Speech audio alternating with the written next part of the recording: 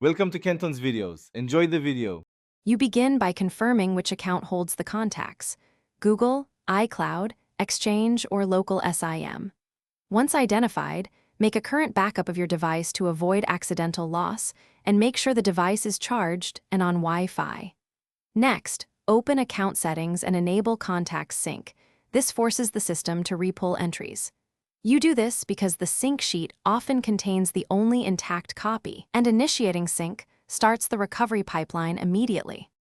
Once enabled, force a fresh rebuild by clearing the Contacts app cache or by removing and re-adding the account. This forces a complete download rather than incremental patches. If that fails, log into the account's web interface, export contacts as vCard, VCF, or CSV, then import to the device.